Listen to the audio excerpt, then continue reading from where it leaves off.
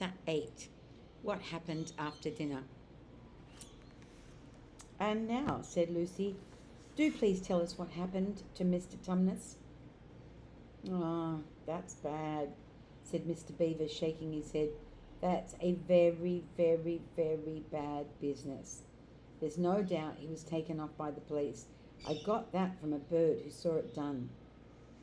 "But where's he been taken to?" said Lucy. "Well, they were heading northwards when they were last seen, and we all know what that means." "No, we don't," said Susan. Mr. Beaver shook his head in a very gloomy fashion. "I'm afraid it means they're taking him to her house," he said.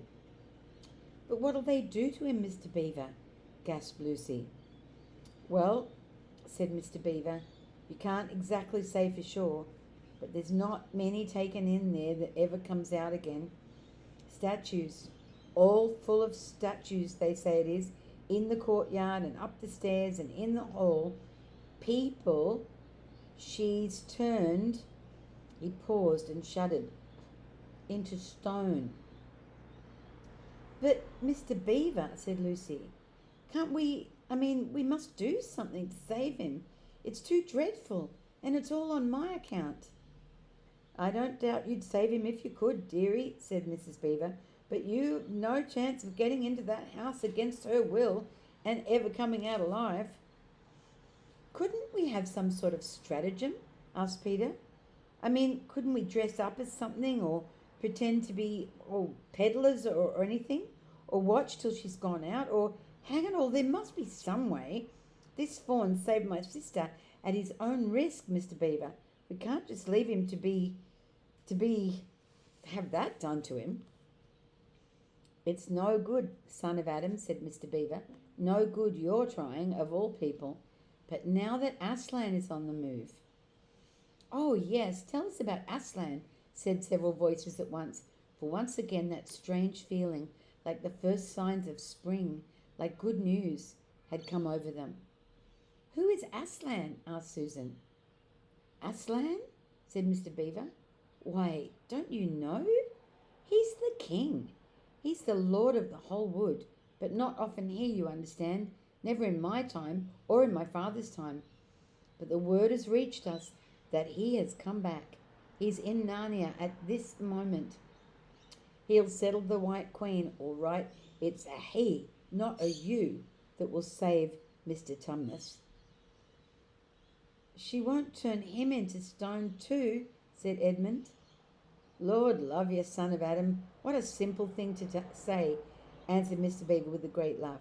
"Turn him into stone? She can stand on her 2 feet and look him in the face. It'll be the most she can do, and more than I expect of her.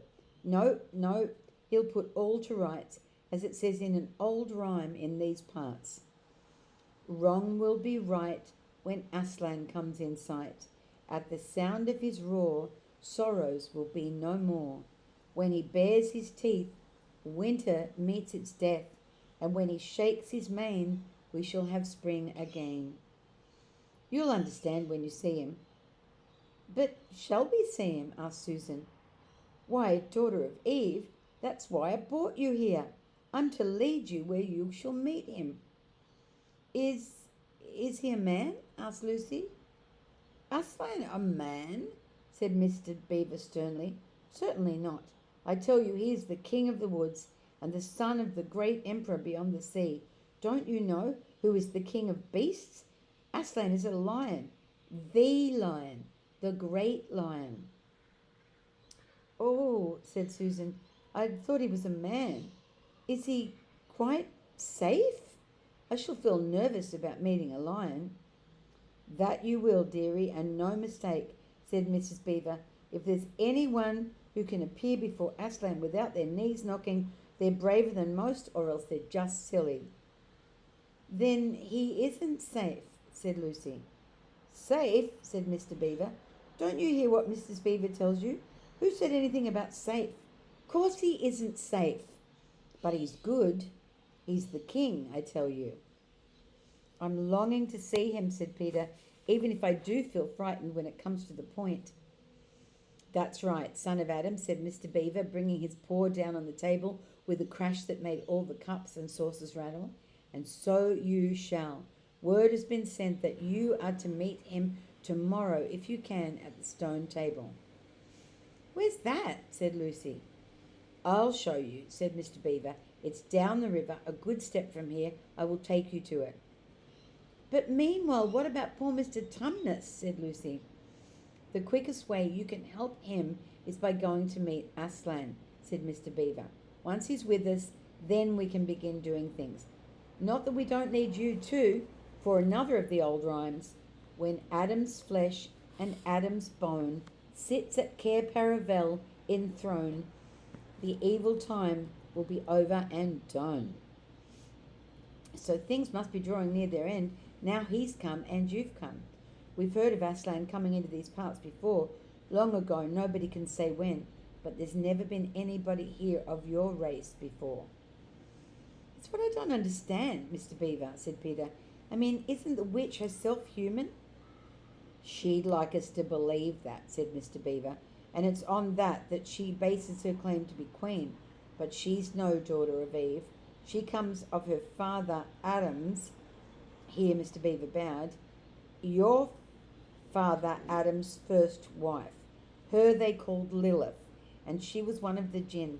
That's what she comes from on one side, and on the other side she comes of the giants. No, there isn't a real drop of real human blood in the witch. That's why she's bad all through, Mr. Beaver, said Mrs. Beaver. True enough, Mrs. Beaver, replied he.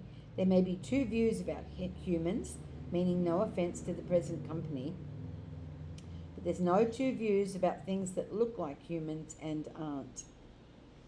I've known good dwarfs, said Mrs. Beaver. So have I, and now you come to speak about it, said her husband, but precious few, and they were the ones least like men. But in general, take my advice. When you meet anything that's going to be human and isn't yet, you keep your eyes on it and feel for your hatchet. And that's why the witch is always on the lookout for any humans in Narnia. She's been watching for you this many a year. And if she knew there were 4 of you, she'd be more dangerous still. What's that to do with it? Asked Peter.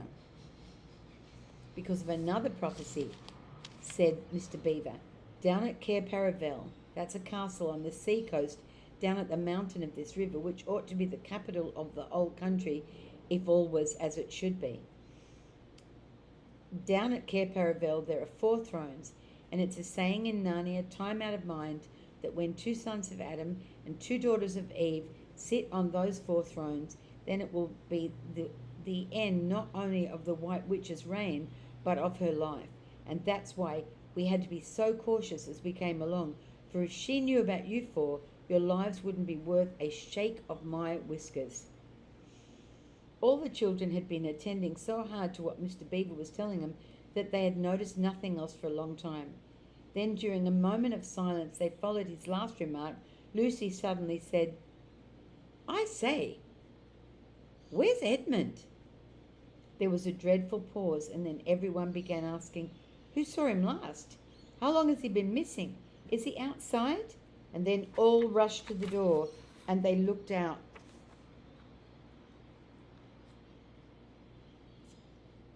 The snow was falling thickly and steadily. The green ice of the pool had vanished under a thick white blanket, and from where the little house stood in the centre of the dam, you could hardly see either bank. Out they went, plunging well over their ankles into the new soft snow, and went around the house in every direction. Edmund! Edmund! They called until they were hoarse, but the silently falling snow seemed to muffle their voices, and then there was not even an echo in answer. How perfectly dreadful, said Susan, as they at last came back in despair. Oh, how I wish we'd never come. What on earth are we to do, Mr. Beaver? Do? Said Mr. Beaver, who was already putting on his snow boots. Do? We must be off at once. There's not a moment to spare. We better divide into 4 search parties, said Peter, and all go in different directions. Whoever finds him must come back here at once and... Search parties, son of Adam, said Mr. Beaver. What on earth for? Why, to look for Edmund, of course. There's no point in looking for him, said Mr. Beaver. What do you mean, said Susan. He can't be far away yet, and we've got to find him. What do you mean when you say there's no use looking for him? The reason there's no use looking, said Mr. Beaver, is that we know already where he's gone. Everyone stared in amazement. Don't you understand? Said Mr. Beaver. He's gone to her, to the White Witch. He has betrayed us all. Oh, surely, oh, really, said Susan. He can't have done that. Can't he? Said Mr. Beaver, looking very hard at the three children, and everything they wanted to say died on their lips, for each felt suddenly quite certain that this was exactly what Edmund had done.